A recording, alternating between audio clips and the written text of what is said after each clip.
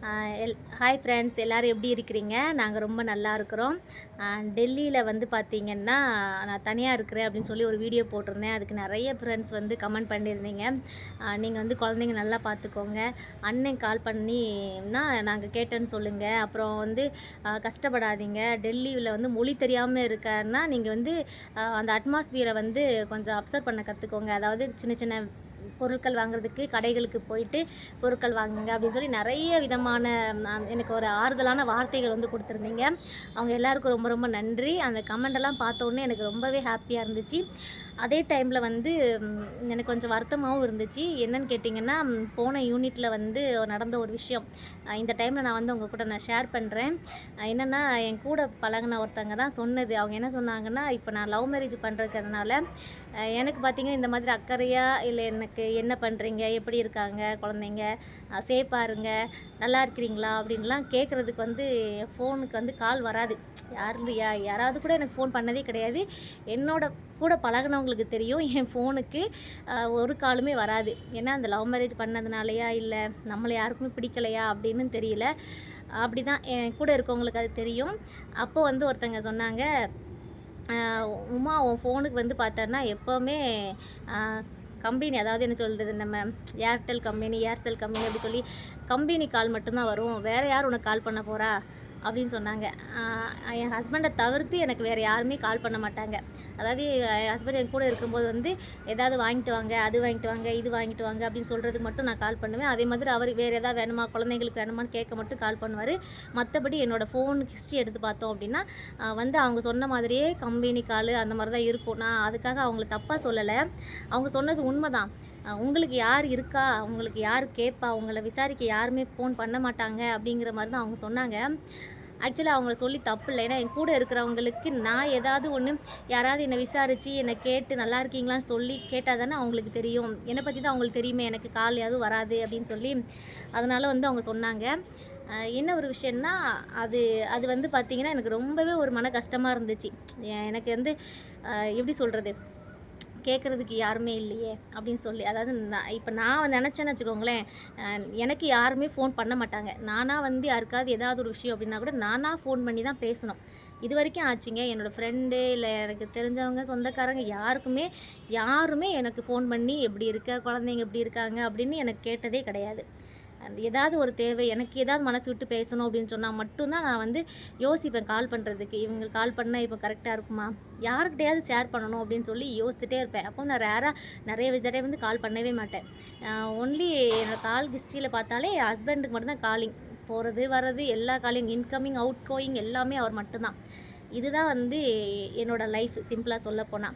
ஆனால் இப்போது அந்த கமெண்ட் எல்லாம் பார்க்கும்போது எனக்கு அவ்வளோ சந்தோஷமாக இருந்துச்சு. அவ்வளோ பேர் நீங்கள் எனக்கு கமெண்ட் பண்ணியிருந்தது பார்த்தீங்கன்னா, அவ்வளோ அக்கறையாக குழந்தைய பார்த்துக்கோங்க, அண்ணன்ட்ட கால் பண்ணி பேசுங்க, எல்லாம் சரியாயிரும், டெல்லியில் வந்துச்சு எல்லாத்தையும் அட்மாஸ்பியர் எல்லாம் பழக கற்றுக்கோங்க அப்படின்னு சொல்லி, உங்கள் குடும்பத்தில் ஒரு பொண்ணு இப்படி வெளியில் போய் இருந்தால் எந்த மாதிரி பேசுவீங்களோ அந்த மாதிரி நிறைய விஷயங்கள் வந்து எனக்கு அக்கறையாக சொல்லியிருந்தீங்க.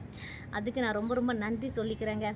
ஏன்னா இது மாதிரிலாம் எனக்கு மதியம் ரொம்ப கஷ்டமாயிருச்சு. ஏன்னா நம்மளுக்கு யாருமே கிடையாதுன்னு சொன்னாங்களே, அவங்க நாளைக்கு இந்த வீடியோ பார்த்துட்டு இந்த கமெண்ட்டை பார்த்துட்டாங்கனாலே எனக்கு போதும். இங்கே பாருங்கள், உமாவை கேட்குறதுக்கு இத்தனை பேர் இருக்கிறாங்க அப்படின்னு சொல்லி கண்டிப்பாக அவங்க ஒரு நாள் இந்த வீடியோ பார்ப்பாங்க.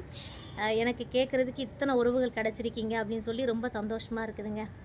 இது வந்து நான் சொல்கிறது தப்பா ரைட்டான்னு எனக்கு தெரியல. ஆனால் நான் இப்போது எனக்கு ஒரு சந்தேகம் வருது, எனக்கு ஒரு கவலை இருக்குது, எனக்கு ஒன்று பேசணும் அப்படின்னு தோணுச்சுன்னா கூட நான் டக்குன்னு உங்ககிட்ட பேசிடுவேன். அப்படி தான் நான் இப்போ எடுத்துக்கிறேன். எனக்கு ஏதாவது ஒரு பிரச்சனைனா நீங்கள் இருக்கீங்க. அது என்னன்னு தெரியல, லவ் மேரேஜ் பண்ணதுனாலயா இல்லை நமக்கு தான் அப்படி நடக்குதா, எதுவுமே புரிஞ்சிக்க முடியல. அந்த மாதிரி சுச்சுவேஷனில் தான் என்னோடய லைஃப் வந்து மூவ் ஆகிட்டு இருக்கு. நீங்கள் பண்ணின அந்த ஒவ்வொரு வார்த்தைகளும் எனக்கு ரொம்ப ஆறுதலாக இருந்துச்சு. அதுதான், வேறு ஒன்றும் இல்லைங்க. இன்றைக்கி வந்து பார்த்திங்கன்னா, நிறைய பேர் கமெண்டில் சொல்லியிருந்தாங்க, நம்ம டெல்லி கேண்டு பக்கத்தில் தான், ஜனக்புரியில் தான் நான் இருக்கிறேன் அப்படி சொல்லியிருந்தாங்க. அப்புறம் வந்து இன்னொருத்தன் டெல்லி கேண்டுலேயே இருக்கேன்னு சொல்லியிருந்தாங்க. அப்புறம் வந்து நிறைய சிஸ்டர்ஸ் வந்து நிறைய விஷயமா பேசியிருந்தாங்க. ஜீவா சிஸ்டராக இருக்கட்டும், தேவிகா சிஸ்டர் வந்து என்ன சொல்லியிருந்தாங்கன்னா, டெல்லியை சுற்றி காட்டுங்க, அந்த டெம்பிளை காட்டுங்க அப்படின்னு சொல்லியிருந்தாங்க. அது நம்ம வந்து என் ஹஸ்பண்ட் வந்த உடனே நம்ம டெல்லியெல்லாம் சுற்றி பார்க்க ஆரம்பிச்சிடலாம். இப்போ என்னால் முடிஞ்ச அளவுக்கு நான் கோட்டர்ஸ் டூர் வந்து காட்டியிருப்பேன். அப்புறம் எங்கள் ஏரியா எப்படி இருக்குதுன்னு காட்டியிருப்பேன்னா, இன்றைக்கி நான் இருக்க அட்மாஸ்பியர் பார்த்திங்கன்னா மொட்டை மாடி. இதுவதான் நம்ம பில்டிங்கோட மொட்டை மாடி இப்படி தான் இருக்கும். மொட்டை மாடியிலேருந்து நம்ம நம்ம டெல்லி ஃபுல்லாக சுற்றி பார்க்க போகிறோம். என்ன இப்போனா வெளியில் போக முடியாதுல்ல, அதனால தான் இப்படி சிம்பிளாக நம்ம ஏரியா, அதாவது டெல்லியோட 360 டிகிரியை வந்து நான் காட்ட போகிறேன். அது மட்டும் இல்லாமல் புதுசாக ஒரு சிஸ்டர் வந்திருந்தாங்க, ஆனந்தி சிஸ்டர் வந்திருந்தாங்க. சத்தீஸ்கரோ சண்டிகர்லேயோ ஒரு சிஸ்டர் இருக்கேன்னு சொல்லியிருந்தாங்க. அவங்க வந்திருந்தாங்க. ஹிந்தி தெரியாது எனக்கு, இதில் என்ன அவமானம் அப்படின்னு கேட்டிருந்தாங்க. இதே பதிலை தான் நான் முதல்ல கோட்ரஸ் போகும்போது நான் சொல்லியிருந்தேன். அது அந்த வீடியோவில் நீங்கள் கவனிச்சிங்களான்னு தெரியல. முதல்ல கோட்ரஸ் போகும்போது ஹிந்தி எனக்கு தேவையில்லைன்னு சொன்னேன். நான் ஹிந்தி எனக்கு தேவை அப்படின்னு சொல்லி நான் ரொம்ப லேட்டாக புரிஞ்சுக்கிட்டேன். நீங்கள் ஹிந்தி கற்றுக்கிட்டிங்கன்னு வச்சுக்கோங்களேன், இது நம்ம ஊர் மாதிரி தாங்க. நம்ம இஷ்டத்துக்கு நம்ம வந்து கடைக்கு போகலாம், ஷாப்பிங் போகலாம், எங்கேனாலும் போகலாம். ஹிந்தி தெரியாதுன்னு வச்சுக்கோங்களேன், வீட்டை விட்டு வெளியே வர முடியாது. அது ஒரு பெரிய ஒரு லைஃபு. அது வீட்டை விட்டு வெளியே இல்லைன்னா எனக்கு எல்லாமே கிடைக்குது, நான் வீட்டுக்குள்ளேயே சாப்பிட்டுட்ருப்பேன், என் ஹஸ்பண்டு எனக்கு எல்லாம் வாங்கி கொடுத்துருந்தாரு, என் பிள்ளையை நான் பார்த்துட்டு சந்தோஷமாக இருப்பேன் அப்படின்னு நான் இருந்தேன். அப்படி இருந்தேன்னு நினச்சிக்கோங்களேன், கடைசி வரைக்கும் நம்ம வெளியில் எத்தனை நாள் ஹஸ்பண்டை டிபெண்ட் பண்ணியே போக முடியும். இப்போது வந்து நம்மளோட ஆர்மி ஜாப் ரிலேட்டட் பார்த்திங்கன்னா கூட இருக்கிறது அப்படிங்கிறது ரொம்ப ரேர். எங்கேயாவது அங்கேங்கன்னு ஒர்க்குக்காக போயிட்டே இருப்பாங்க. நமக்கான தேவை அப்படின்னா நம்ம தான் பார்க்கணும். அப்போ நமக்கு ஒரு மொழி தெரியல அப்படின்னு சொன்னால் ரொம்பவே நம்ம டவுன் ஆயிடுவோம். ப்ளீஸ் அந்த சத்தீஸ்கர்லேருந்து பார்த்த அந்த சிஸ்டர் வந்து கொஞ்சம் வெளியில் வந்து பேச ஆரம்பிச்சிருங்க. ஃபஸ்ட்டு யூனிட் இப்போ தான் 2 மாதம் ஆச்சுன்னு சொன்னீங்க. தயவு செஞ்சு ஹிந்தி பேச கற்றுட்டு சீக்கிரமாக நீங்கள் வந்து ஹிந்தி பேசிக்கோங்க. நான் பண்ண தப்பை நீங்கள் பண்ணாதீங்க. அடுத்து வாங்க நம்ம சுற்றி பார்க்கலாம். அப்புறம் வந்து பிரியா சிஸ்டர் வந்து கமெண்ட் பண்ணியிருந்தாங்க. ஹாய் பிரியா சிஸ்டர், நல்லா இருக்கீங்களா? இன்றைக்கி நம்ம வீடியோ வந்து நம்ம 360 டிகிரியில் டெல்லியை பார்க்க போகிறோம். வாங்க நான் காட்டுறேன்.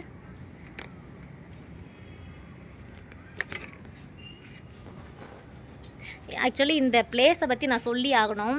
இது என்ன பிளேஸ்னால், நாங்கள் இங்கே தான் வந்து வாரத்தில் ஒரு நாள் வந்து ஈவினிங் டைமில், இந்த டைமில் இப்போ ஒரு 7 o'clock 6:30 இருக்கும். இந்த டைமில் வந்து நாங்கள் டீ குடிப்போம். இங்கே தான் நான் தான் சொன்னல, என் ஹஸ்பண்ட் வந்து நாங்கள் டீ டைமை ரொம்ப மிஸ் பண்ணுவேன் அப்படின்னு சொல்லி. ஏன்னா எங்களுக்கு டைம் கிடைக்கும் போது வந்து நாங்கள் வந்து இங்கே தான் வந்து டீ குடிப்போம். இந்த பிளேஸில் தான் நான் வந்து சும்மா எக்ஸசைஸ் பண்ணிகிட்டு இருப்பேன். அதாவது எக்ஸசைஸ் ப்ராப்பராக பண்ண மாட்டேன், சும்மா காமெடிக்காக பண்ணிகிட்டு இருப்பேன். வாங்க, இது எங்களோட மொட்டை மாடி இப்படி தான் இருக்குங்க. நம்ம வந்து லாஸ்ட்டு ஃப்ளோர் தானே, 8வது ஃப்ளோர் தானே, அதனால் வந்து நம்ம ஈஸியாக மொட்டை மாடி வந்து யூஸ் பண்ணிக்கலாம். அதாவது நம்ம ரொம்ப ரிஸ்க்லாம் இல்லை, டக்குன்னு ஒரு படி ஏறினா போதும், ஒரு ரவுண்டு ஏறினா போதும் மொட்டை மாடி வந்துடும். இப்போ நான் பேக் கேமரா போட்டுட்டு உங்களுக்கு 360 டிகிரியில் டெல்லியை காட்டுறேன் பாருங்கள். இதுதான் வந்து 360 டிகிரியில் இங்கேருந்து ஸ்டார்ட் பண்ணலாம். இப்போ பார்த்திங்கன்னா இது ஆப்போசிட்டில் இருக்கக்கூடிய வேறு ஆர்மி பர்சன்ஸோட பில்டிங்ஸு. இது நம்ம தெரியும், நம்மளோட பில்டிங்கு. இப்போ நான் நேற்று கூட காட்டியிருப்பேன். வாங்க, அதுக்கப்புறம் அங்கெல்லாம் போக முடியாது, நான் முடிஞ்ச அளவுக்கு கவர் பண்ணுறேன். இதுவும் நம்ம ஏரியா தான்.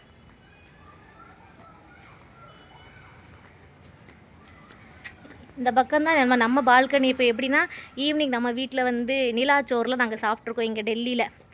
நம்ம என்ன சொல்கிறது, இங்கே யாருமே வரமாட்டாங்க மோஸ்ட்லி. அவ்வளோ தூரம் லிஃப்ட் ஏறி இங்கெல்லாம் வரமாட்டாங்க. நாங்கள் தான் யூஸ் பண்ணுவோம். 8th ஃப்ளோரில் இருக்கிற நாங்கள் மட்டும் அடிக்கடி யூஸ் பண்ணுவோம். அப்புறம் குளிர் டைமில் வந்திங்கன்னா இங்கே தான் கொடியெலாம் கட்டி போட்டு துணியெலாம் காயப்படுவோம். வெயில் டைம்னால் வந்து நமக்கு இங்கே வரணும்னு அவசியம் இருக்காது. குளிர் டைமில் அங்கே கண்டிப்பாக இங்கே தான் டைம் ஸ்பெண்ட் பண்ணுவோம். வெயில் காயறதுக்காக இங்கே தான் வருவோம். இது பார்த்திங்கன்னா நம்மளோட ஃப்ரெண்டு. இதுதான் நம்ம வீட்டோட என்ட்ரன்ஸ் கேட். இங்கே தான் இருக்குது, நான் காட்டுறேன் பாருங்கள். என்ட்ரன்ஸ் கேட் இங்கே தான் இருக்கும். இதோ நான் நேற்று காட்டினல என்ட்ரன்ஸ் கேட்டு இது தான். ஓகேவா? நம்ம இன்றைக்கி சூப்பராக டெல்லியை சுற்றி பார்த்துட்ருக்குறோம். கண்டிப்பாக என் ஹஸ்பண்ட் வந்த உடனே நான் டெல்லியில் இருக்கக்கூடிய ஒவ்வொரு பிளேஸையும் சுற்றி காட்டுவேன். ஓகே, தேவிகா சிஸ்டர் ரொம்ப எதிர்பார்த்தாங்க நான் டெல்லியில் சுற்றி காட்டணும் அப்படின்ட்டு. இது நம்ம ஏரியா. ஓகேவா? இந்த வழி இருக்குல்ல, இந்த வழியாக தான் போயிட்டு இப்படியே நேராக போனோம் அப்படின்னு சொல்லி, இந்த ரோடில் நம்ம போனோம் அப்படின்னு சொன்னால் நமக்கு வந்து ஒரு ஏரியா வரும். நாங்கள் இருக்கக்கூடிய ஏரியாவில் மார்க்கெட் வரும், சப்ஜி மார்க்கெட்டு, காய்கறி கடை. இந்த வழியாக நாங்கள் போவோம். நீங்கள் பாருங்கள், தெரியுதா? இந்த வழி இருக்கா? இந்த வழியாக போயிட்டு இப்படியே ஸ்ட்ரைட்டாக போனோம் அப்படின்னா அந்த மெயின் ரோடு பிடிச்சிடலாம். மெயின் ரோடு பிடிச்சி அப்படியே போயிடலாம். நம்ம எங்கே போகலாம்? சப்ஜி வாங்க போயிடலாம். கண்டிப்பாக அந்த ரூட்டை நான் காட்டுறேன். ஆமாங்க, டெல்லியில் வந்து இப்படி தாங்க நாங்கள் இப்படி தான் டைம் பாஸ் பண்ணிகிட்ருக்கிறேன். சரி, உங்கள் கூட பேசுனது எனக்கு ரொம்ப சந்தோஷமாக இருக்குது ஃப்ரெண்ட்ஸ். கண்டிப்பாக இந்த வீடியோ உங்களுக்கு பிடிச்சிருக்கும் அப்படின்னு நினைக்கிறேன்.